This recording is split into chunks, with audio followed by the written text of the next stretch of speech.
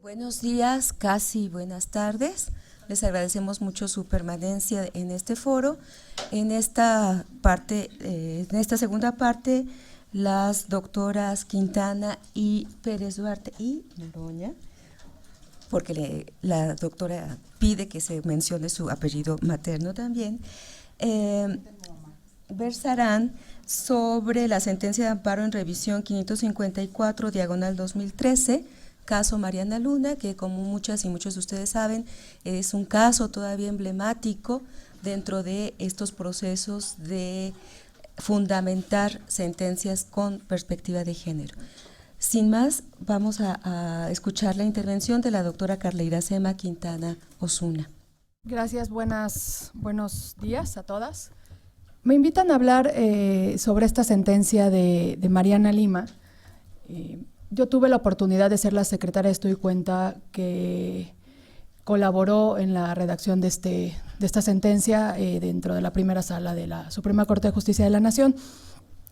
Y me gustaría contarles un poco del caso que ya muchas de ustedes conocen, pero también un poco la perspectiva desde la Suprema Corte de Justicia. Y cuando yo empiezo a hablar siempre de este caso hace las mesas pasadas hablaron del caso Campo Algodonero. Cuando yo llego a trabajar en la Suprema Corte de Justicia y llega el caso de Mariana Lima, la pregunta es, ¿por qué es hasta 2013 que llega un caso de feminicidio al Tribunal Constitucional?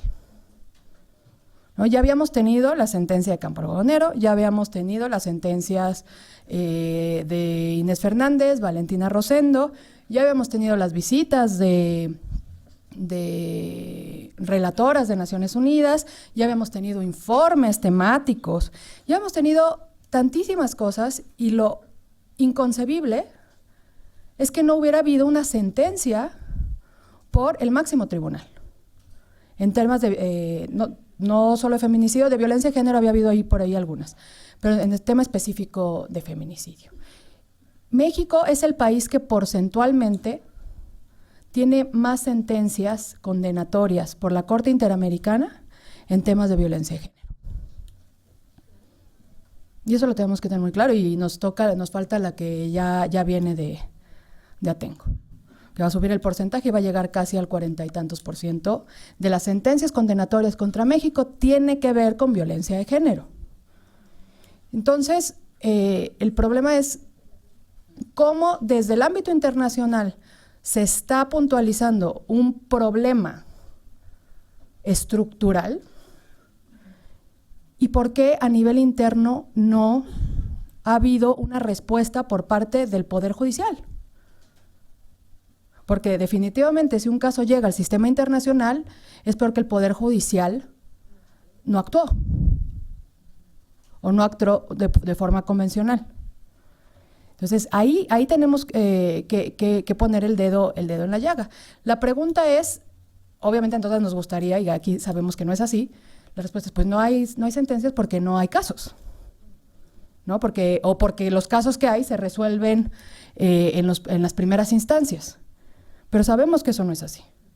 El caso de Mariana Lima es uno en miles, si no es que millones de temas de violencia de género que nunca llegan a un acceso a la justicia, ¿no? Entonces, en ese contexto es que llega el caso de Mariana Lima a la Corte. Ustedes saben que la Suprema Corte tiene la facultad de atracción.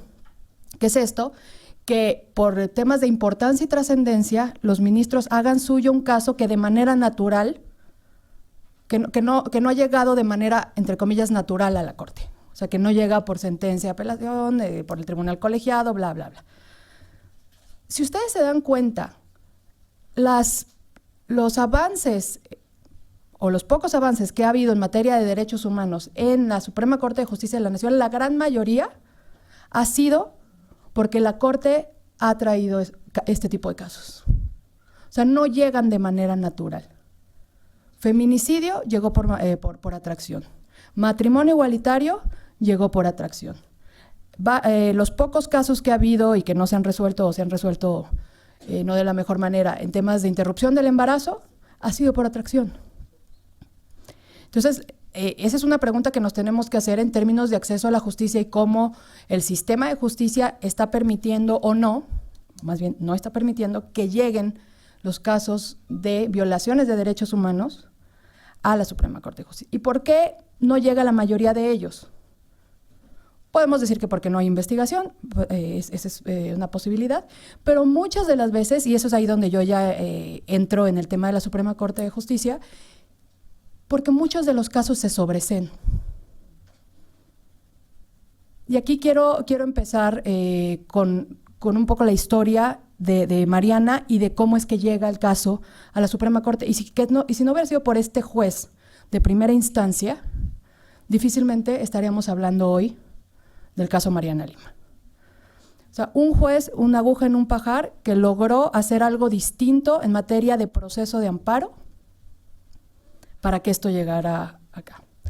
El caso Mariana, voy a contar rápidamente dos historias, ¿no? Como estas películas que se cuenta la misma historia por dos personas y cómo se ve de manera distinta. Las dos versiones que teníamos era la siguiente. Primero digo la del marido de Mariana, policía ministerial de Chimalhuacán, Estado de México. Dice que ese día se había peleado con su esposa, con la que llevaba 18 meses de casado, se habían conocido en el Ministerio Público. Ella era pasante en Derecho, es importante decirlo, ella era pasante en Derecho de la UNAM. Era alumna de la UNAM, de aquí de CEU. Tenían 18 meses de casados, se conocieron y ella había dejado de trabajar y se pelearon un día. Le habló por teléfono Mariana el día antes de su muerte. Él dice que la escuchó un poco borracha en el teléfono y se pelearon por teléfono y dice, pues prefiero no volver a casa porque para qué si estoy enojada con ella. Llego hasta el otro día. Bueno, en la noche, por cierto, como decido no ir a la casa, me voy con mi examante. Paso la noche con mi examante y llego en la madrugada a mi casa.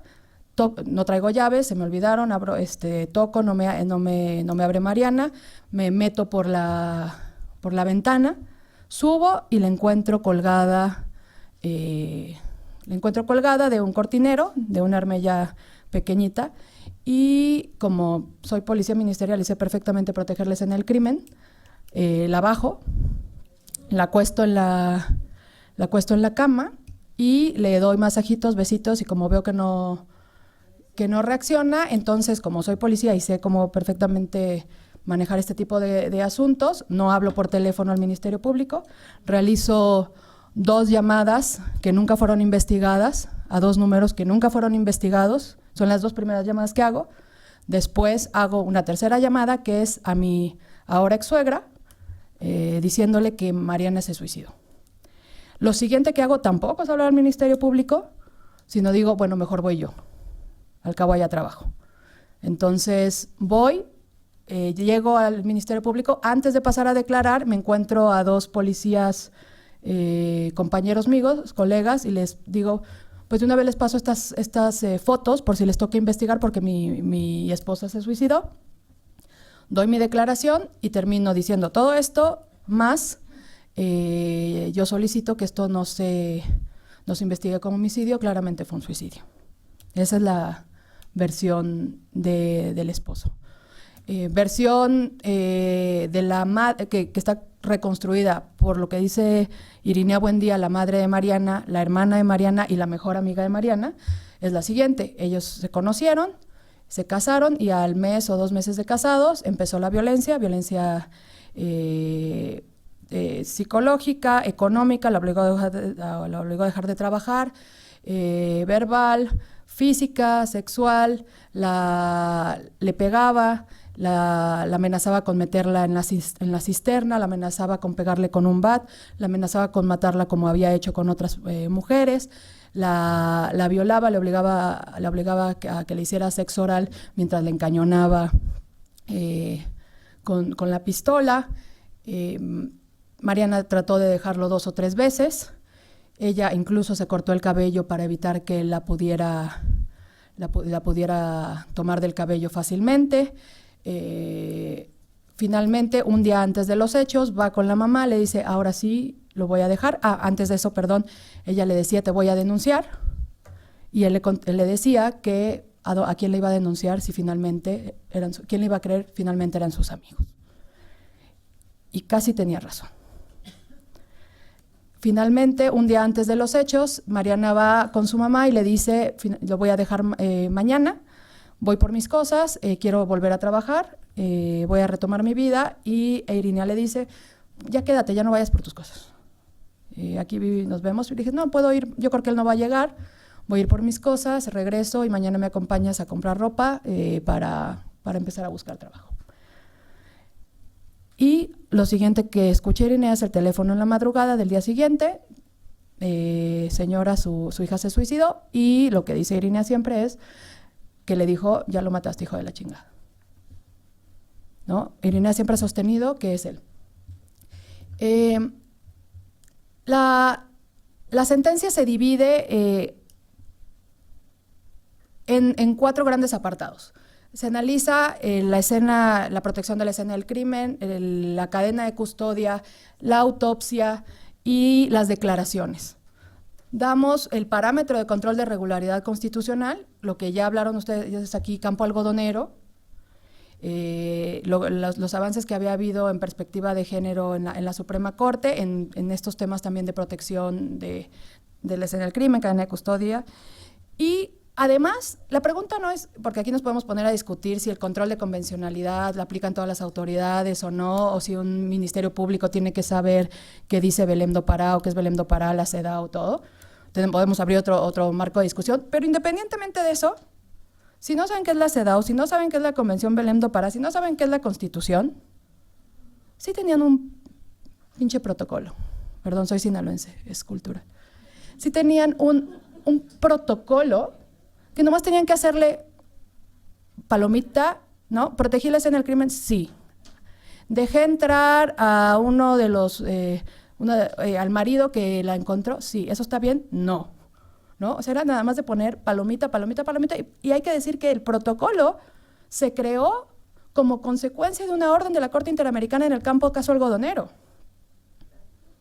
O sea, estos protocolos, una de las órdenes que da la Corte Interamericana es que se creen protocolos de investigación para muertes violentas de mujeres. O sea, ya lo tenían y no lo hicieron. Y finalmente, bueno, pues se analiza todo, y es la primera sentencia en México que habla con detalle de qué es investigar con perspectiva de género, con todos estos estándares, ¿no? Que parece, para quienes estamos en esta aula, nos parece evidente, nos parece aterrador que no haya habido nunca antes esto. Pero si ustedes han visto el impacto que ha tenido la sentencia, digamos, en las discusiones, es como si fuera que se acabara de descubrir que la Tierra es redonda, ¿no? Como eso es investigar con perspectiva de género. Y con esto quisiera acabar, porque ya se me acabó el tiempo. ¿Qué es lo relevante de la sentencia? Yo dividiría dos puntos relevantes de la sentencia en temas de reparación. Una cosa es lo que la sentencia puede representar para Irinea y su familia, ¿no? Y otra cosa es lo que ha representado la sentencia como un precedente importante en México, porque ya sabemos que en México, aunque tengamos el artículo 1 constitucional, si no lo ha hecho la Suprema Corte, pues como que mejor campo algodonero, ¿no? Ya lo teníamos, para todas las que estamos aquí era evidente, pero al tener ya un precedente nacional, la judicatura lo sigue con más, no siempre, pero les parece un poquito más importante que se lo dijera la Corte Interamericana, o un poquito menos irrelevante. Y entonces, nada más, en temas de reparación, ¿qué es lo que se dice? ¿Qué es lo que, aunque parezca evidente quienes leamos esas sentencias, es obvio, ¿no? Si hemos leído las sentencias de la Corte Interamericana, esto es obvio, pero esto no es obvio para la judicatura, no es una sentencia común, en términos también de reparación. ¿Qué se hace en la sentencia? Y con esto termino. Bueno, más bien me regreso. ¿Qué es lo que hubiera dicho cualquier sentencia de amparo de una revisión como el caso? Lo más que hubiera dicho es, que se siga investigando con perspectiva de género. Eso es todo. Eso es lo que hubiera hecho una sentencia de amparo en los técnicos de amparo. Pero no, lo que dice también es que se investiguen. Aquí hubo no solo falencias en la investigación, sino obstrucciones de justicia. Esto que nos parece evidente si leemos el caso, que levante la mano quien haya leído en el Poder Judicial mexicano que diga claramente que hubo obstrucciones de justicia y que tienen que ser investigadas. Eso es un paso muy importante. Que se haya hecho es otra cosa, pero lo está diciendo una sentencia de la Suprema Corte de Justicia de la Nación. Otra cosa es que aparece el nombre de Mariana en la sentencia. No es el AR 554 diagonal 2013. Asterisco, asterisco, asterisco. ¿No? Es el caso Irinea Buendía, madre de Mariana Lima. Buendía, Irinea Buendía. Una forma de conmutar a Mariana como víctima de feminicidio, a Mariana como caso emblemático, ¿no?, de temas de feminicidio. Y eso fue a petición de Irinea, que se hiciera público el nombre de su hija y el de ella. Entonces, eso es otra forma de reparación, ¿no? Y otra forma de reparación también se dice, se deja abierto expedito su derecho a la ley de víctimas, y el hecho también, que no es muy común en la Corte, de que se explique con tanto detalle los hechos al principio, en los antecedentes, que no es común en las sentencias, pues es otra forma de reparación en términos de derecho a la verdad, ¿no? O sea, alguien le está diciendo a Irinea, lo que tú dices que pasó en la investigación es cierto.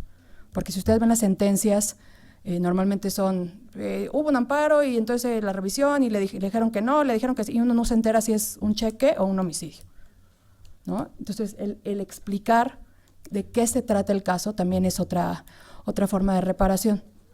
Y nada más, porque sí lo dejé pendiente, y con esto termino, ¿qué es lo que dice el juez? ¿Por qué pudimos entrarle al caso? Porque cuando Irinea se da cuenta, Irinea vendía jugos antes, y trataba de, pues ella siempre sostuvo que su hija no se suicidó. Entonces ella, ya le habían dicho que no había ejercicio de la acción penal, dijo, bueno, ya habrá un Dios y él pagará. Y dice que estaba vendiendo jugos cuando escuchó en el radio a una abogada del Observatorio Nacional contra el Feminicidio, y que llamó y ese mismo día la atendió. Y se dieron cuenta que faltaban 2 días para interponer un recurso interno de revisión del Estado de México. Interpusieron ese recurso, la Procuraduría tenía 20 días para contestar, no contestó, dijeron al amparo, ¿no? El amparo está muy bien hecho, con todos los estándares convencionales, y el juez pues, ya iba a emitir sentencia, y ¿qué creen que pasó? Pues evidentemente las autoridades contestan. ¿Y qué hubiera pasado en un caso común? Se sobresee, ¿no? Porque yo estoy diciendo que no, esto contra el no ejercicio de la acción penal y contra la falta de contestación del procurador y las subprocuradurías, y contesta el procurador, levanta el no ejercicio de la acción penal, dice, sí me faltaron 2 que 3 cosillas ahí de hacer. Y entonces cualquier juez, yo les puedo asegurar que el 99.99 de los jueces hubiera dicho, se sobresee, y si estás en desacuerdo con esa decisión, interpone otro amparo. ¿Qué hizo el juez? Y esto es bien importante. El juez dijo, efectivamente se sobresee respecto a eso, pero yo advierto de la causa de pedir, de lo que dice el amparo, que está muy bien hecho, que además de estas 2 cosas que me decías del no ejercicio y de la falta de contestación, me estás diciendo que la investigación no fue efectiva. Yo advierto solito. Eso no pasa. Eso no pasa nunca. El juez solito dijo, hay otro acto reclamado. Y respecto de eso te otorgo el amparo. Y ya Irinea lo que hace es, contra eso dice, no estoy de acuerdo, bueno, estoy de acuerdo contigo, juez, pero te faltó ponerle perspectiva de género. Y por eso llega el caso a la Corte. De otra manera, hubiera sido un sobreseimiento total, y créanme que levantar un sobreseimiento está más difícil que levantar a Lázaro, ¿no? O sea, y por eso no llegan los casos a la Corte. O sea, si no hubiera sido por este juez, que abre solito un acto reclamado distinto, difícilmente estaremos hablando del caso de Mariana. Yo la dejaría ahí y...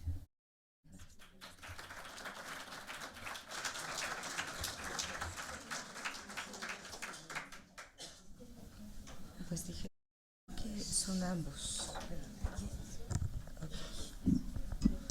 Ahora sí que me siento artista con un montón de micrófonos. Bueno, gracias a CIEC por invitarnos y a todas las instituciones que participan en este foro. Ana, gracias. Gracias Instituto, para que no me digan que no estoy dando gracias a mi propio instituto. Pero bueno, a ver, reconozco que ya no soy científica del derecho, porque hay cosas que me enojan, y entonces pierdo la objetividad científica. Y una de las cosas que me enojan es que hemos trabajado tanto, hemos dictado lecciones, hemos extendido diplomas, hemos gastado un montón de dinero en lecciones que supuestamente ya aprendimos. Y la mera verdad es que seguimos en las mismas. Y eso me enoja, y me enoja mucho. El caso de Mariana, ya nos los contó Carla a nivel general, pero es parte de ya lo deberíamos saber. El cuerpo de Mariana decía a gritos algo que deberían las autoridades saber de memoria. Además, Irinea, la madre de Mariana, su hermana, su amiga, sus familiares, lo dijeron también. Tenía una historia de tortura previa a eso. Y además le había avisado a su mamá que iba a abandonar a ese torturador.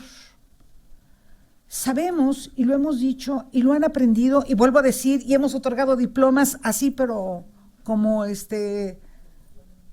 folletos en el metro y en las esquinas y demás. Ese es el momento más peligroso para las mujeres que son víctimas de violencia machista. ¿Por qué le cambio el nombre? Pues porque he dejado de ser científica y conste que se los dijo. No es violencia de género en contra de las mujeres. Eso no se entiende de qué se trata, porque además nos coloca a nosotras la responsabilidad de resolverlo. Es violencia machista, el problema es de los machos que la ejercen, no de nosotras que podemos ser sus víctimas. En el caso de Mariana, ahí está clarísimo, el cuerpo lo decía a gritos y las autoridades no supieron verlo, oírlo y analizarlo. La historia que cuenta la familia de Mariana lo confirma. Me pregunto, ¿por qué pip? Carla diría carajo, pero conste que no lo digo yo, ella lo diría, ¿sí? No, sí, yo como soy jalisquía, no lo digo. ¿Por qué no empezaron por ahí?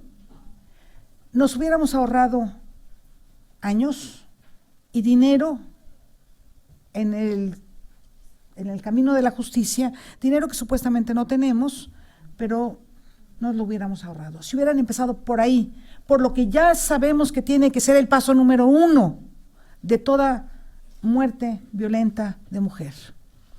Desde luego esto lo único que nos refleja es que el feminicidio es una forma de violencia estructural. No son casos aislados, no es un señor que de repente enloqueció en la calle y quítame ahí estas pajas del hombro, asesina a una mujer. No, no es cierto. Sabemos que es una cuestión que está metida profundamente en nuestra propia cultura y que los pactos patriarcales, ¿sí?, entran inmediatamente a funcionar cuando hay un cuerpo de mujer que grita esta violencia. Inmediatamente, en el caso de Mariana, pero derechito, fácil, una mujer histérica que se emborracha, pues claro que se suicida. Las similitudes con el caso de Lesbi ahí están. El caso mexiquense no tiene vergüenza porque la segunda en recibir el expediente fue Dilcia García Espinosa Los Monteros y demás, que trabajó en la FEBIM conmigo, sabía exactamente esto. ¿Por qué ella también firmó el no ejercicio de la acción penal? ¿A qué pacto patriarcal estaba respondiendo ella misma? Bueno, y en la Ciudad de México, otra gran feminista, Patricia Mercado, suscribió la tesis del suicidio de Lesbi. O sea, ahí están las similitudes, pero podemos ver montones de similitudes. De hecho, en el modelo de protocolo latinoamericano de investigación de las muertes violentas de mujeres, se dice claramente, hay elementos comunes en todas estas muertes violentas. Y también las cifras dicen que hay un incremento de suicidios desde 2014 para acá de mujeres que coinciden con situaciones de violencia familiar, y hablan de hasta el 40% de estos suicidios. Más estructural lo queremos ver. Es cierto, coincido con Carla, y pues claro, si ella redactó el proyecto, pues claro, ¿sí? Coincido con ella, sí. La sentencia es un hito en la justicia mexicana. El problema es que el resto del sistema no se ha dado a la tarea de leerlo, porque para cuando se encuentra aquí en Ciudad Universitaria el cuerpo de Lesbi, ¿sí?, ya estaba esta sentencia, ya existía esta sentencia, ya habían detenido a José Luis. No sé, José Luis se llama, no, ¿verdad? Se llama Julio César. Ya lo habían detenido, no lo han condenado, pero ya lo habían detenido. Ya estaba la sentencia, ya teníamos calpo condonero, ya había delito sobre feminicidio, y sin embargo, todas las autoridades dijeron exactamente lo mismo. Mala alumna, se droga, es decir, una mala mujer. En pocas palabras, una mala mujer. Y además que andaba haciendo estas horas, hasta altas horas de la madrugada en Ciudad Universitaria, cuando los sacrosantos recintos de Ciudad Universitaria no pueden mancillarse con esas malas conductas, y menos de una jovencita. Lo mismito, idéntico. Ahí está otra vez. Todavía no conozco, y estuve busque si ya había sentencia condenatoria en el caso de Mariana, porque lo que hace la sentencia de la Corte es, no hay, ya lo busqué, y no lo hay. La sentencia de la Corte lo que hace es exigirle la investigación, exigir la reparación del daño, y exigir que, como nos dijo Carla, que también se investigue la responsabilidad de la bola de autoridades que no hicieron lo que tenían que hacer. Yo espero que todas, empezando por el gobernador, que en aquel entonces, Peña Nieto se llamaba, sí, creo que sí, Peña Nieto, Castillo, que era el procurador, el primero de los procuradores, y de ahí hacia acá, todas las autoridades que no hicieron lo que tenían que hacer, paguen, porque la irresponsabilidad en la función pública es un delito en este país. Ojalá si fuera cierto, ojalá eso fuera cierto. Antes de que me pasen las tarjetitas, sí tenemos tiempo de preguntas y respuestas, ¿no, verdad? Ahorita hasta el final. Bueno, desde luego es un poquito más científico el artículo que voy a presentar, pero bueno, no importa. Como conclusiones, sí, es cierto, la sentencia de la Corte es un hito, porque deconstruye nuestra manera de ver los expedientes y nos obliga a reconocer que existe una herramienta de interpretación del derecho y de los hechos que se llama perspectiva de género.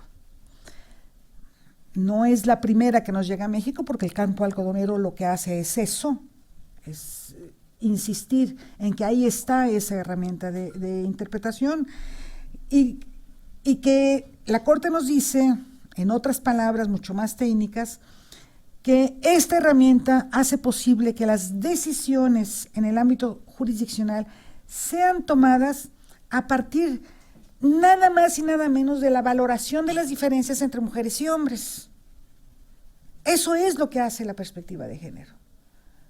Es cierto, ante un cuerpo de hombre con huellas, las mismas huellas, ¿sí? Una armellita de este tamaño, un hilo de cáñamo, igualito, ¿sí? Golpeado y demás, investígale, manito, y busca todos los entornos. Pero cuando es el cuerpo de una mujer, lo primero que tienes que hacer, según la perspectiva de género, es buscar a violencia machista.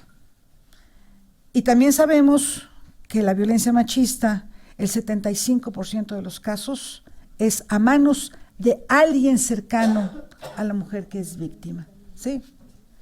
Y decíamos Carla y yo, sí, fíjate cómo dónde voy, ¿sí? Me faltan unos. Decíamos Carla y yo, cuando hay una muerte violenta, aunque sea accidental, en una casa, ¿a quién deben investigar primero, señoras autoridades? A la familia, ¿sí? A quien vive en esa casa. Entonces, eso dice la perspectiva de género.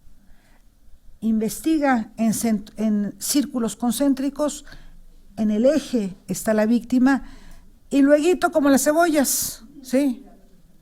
Ahí vas a encontrar ya no al presunto responsable, quitémonos de eufemismos, al responsable de eso. Porque si tu autoridad no crees que ese es el responsable y le pones el presunto responsable del presunto feminicidio, ahí están, ¿cuántos años? 2006 a la fecha, y seguimos sin sentencia condenatoria. Desde luego, estas diferencias tienen que ver con discriminación, desigualdad y subordinación. 3 elementos presentes siempre en la violencia machista. Muchas gracias.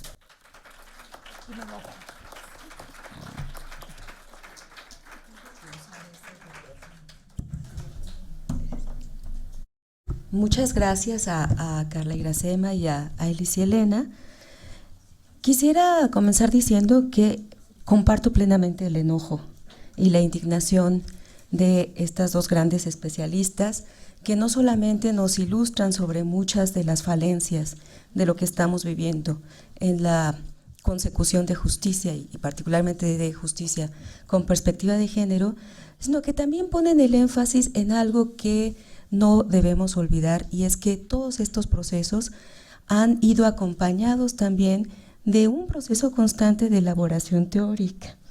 Y en este sentido yo quisiera retomar las palabras que en alguna reunión nos expresó la señora Araceli, en términos de que el poder contar con términos, con conceptos que le permitieran poner en evidencia la situación que vivió Lesbi, era algo que agradecía a la academia, y yo quisiera honrar esa confianza de la señora Araceli en nosotras, en la academia, en la universidad, para poner énfasis en el hecho de que la perspectiva de género tan manoseada, tan dicha, sin entender cabalmente qué es lo que significa, qué es lo que implica, lleva consigo una profundidad del análisis tanto en la persecución de los casos cuando ya han llegado a donde tienen que llegar, como en términos de qué vamos a hacer como sociedad en relación con esta violencia de género contra las mujeres, violencia feminicida, violencia machista, violencia misógina. Y esta es la parte que a mí me interesa compartir con ustedes. Como no soy abogada, me puedo dar el lujo de hablar como antropóloga, y les ofrezco disculpas anticipadas si ocupo algún término de manera equivocada, y pongo a su disposición el papelito para que por favor en 4 minutos me digan que mi tiempo se agotó. Una de las partes que cada vez adquiere más importancia, por lo menos desde la perspectiva que yo logro comprender en muchos de los procesos, sobre todo en estos procesos en donde se persigue feminicidio, es la parte de los peritajes. Y quiero poner énfasis en esta parte porque los peritajes son recursos que se ofrecen a los juzgadores para tener otros elementos de juicio que van más allá de lo penal y que permiten, según entiendo, colocar los hechos en un contexto sociopolítico y cultural más amplio. Eso es precisamente llevar la perspectiva de género al campo de la investigación, pasar de la investigación académica, de la investigación de las aulas, a hacer de la perspectiva de género una herramienta útil para la sociedad, una herramienta útil para que quienes juzgan, quienes claman justicia, quienes acompañan los procedimientos, tengan una ruta a seguir en este horizonte de búsqueda, de ejercicio de la justicia, pero sobre todo de ejercicio de la ciudadanía y de reivindicación y vindicación constante de los derechos de las mujeres que han sido objeto de la más despiadada de las formas de violencia. En ese sentido, los peritajes con perspectiva de género son fundamentales para poder aquilatar en qué medida, cómo se expresan esas pautas relacionales que ya ha mencionado Alicia Elena, el poder, el dominio, la desigualdad, la subordinación, pero no en cualquier campo, sino específicamente en el campo de las relaciones cotidianas, en el campo del día a día, de las relaciones cara a cara, en las cuales todo eso que en la teoría llamamos contenidos de género, atributos de género, roles, estereotipos, distribución desigual del poder, se están jugando en cosas tan cotidianas como le pegué porque no tenía las tortillas calientes, que es algo que he oído 1000 veces en mi trabajo de campo con sociedades campesinas e indígenas, hasta el hecho de desapareció, no la volví a ver. En todas estas posiciones, en todos estos discursos, en lo que la gente dice para describir lo que ha sucedido, están todas las pautas culturales, todos los elementos de significación que se pueden recuperar y tomar en cuenta para decir en qué contexto se estaba gestando y reproduciendo la violencia.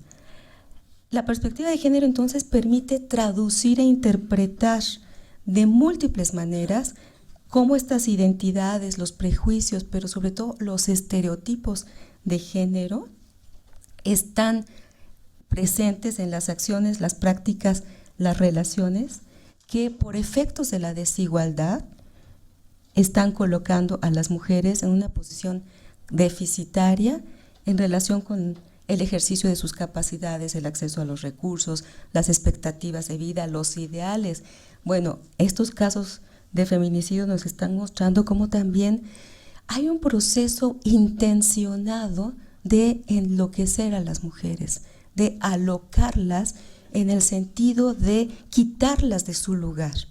Y por otro lado, tienen un consenso social en la medida en que hay un proceso de normalización de la violencia que impide incluso a las personas más cercanas actuar, porque esa normalización está instalada en la subjetividad a tal punto que se piensa, no puedo intervenir porque es un problema de su relación, es un problema íntimo, no tengo nada que decir aunque sepa que le está afectando, no la puedo alertar o cuando mucho la puedo oír, pero no aconsejar porque entonces yo voy a ser responsable de las decisiones que tome. Hasta ese punto está incorporada la normalización de la violencia de género y una de las cosas que trae consigo la violencia es inmovilizar, paralizar, no solamente a quien la está viviendo de manera directa, sino también a las personas que la rodean hasta que llega un momento en que eso se vuelve insoportable.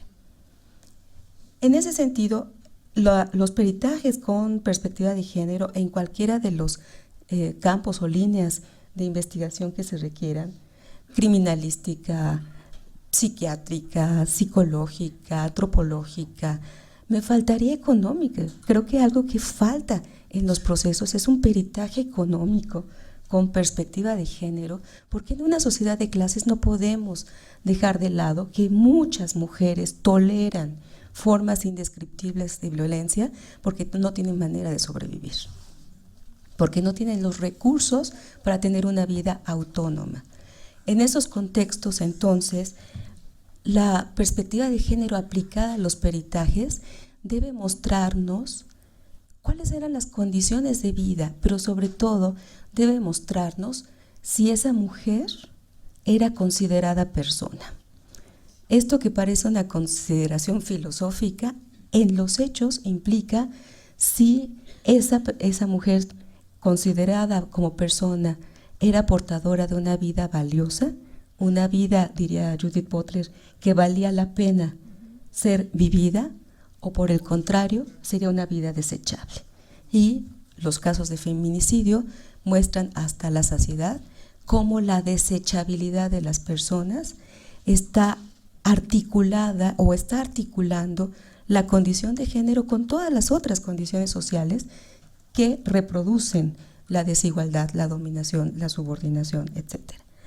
En ese sentido, la apelación que a mí me interesa dejar sobre la mesa es seguir insistiendo en la necesidad de formar especialistas en peritajes con perspectiva de género que vayan acordes en su formación con la Ley General de Acceso de las Mujeres a una Vida Libre de Violencia y con todas las otras leyes con que se articula esta ley, la Ley de Igualdad, de No Discriminación, etcétera, etcétera.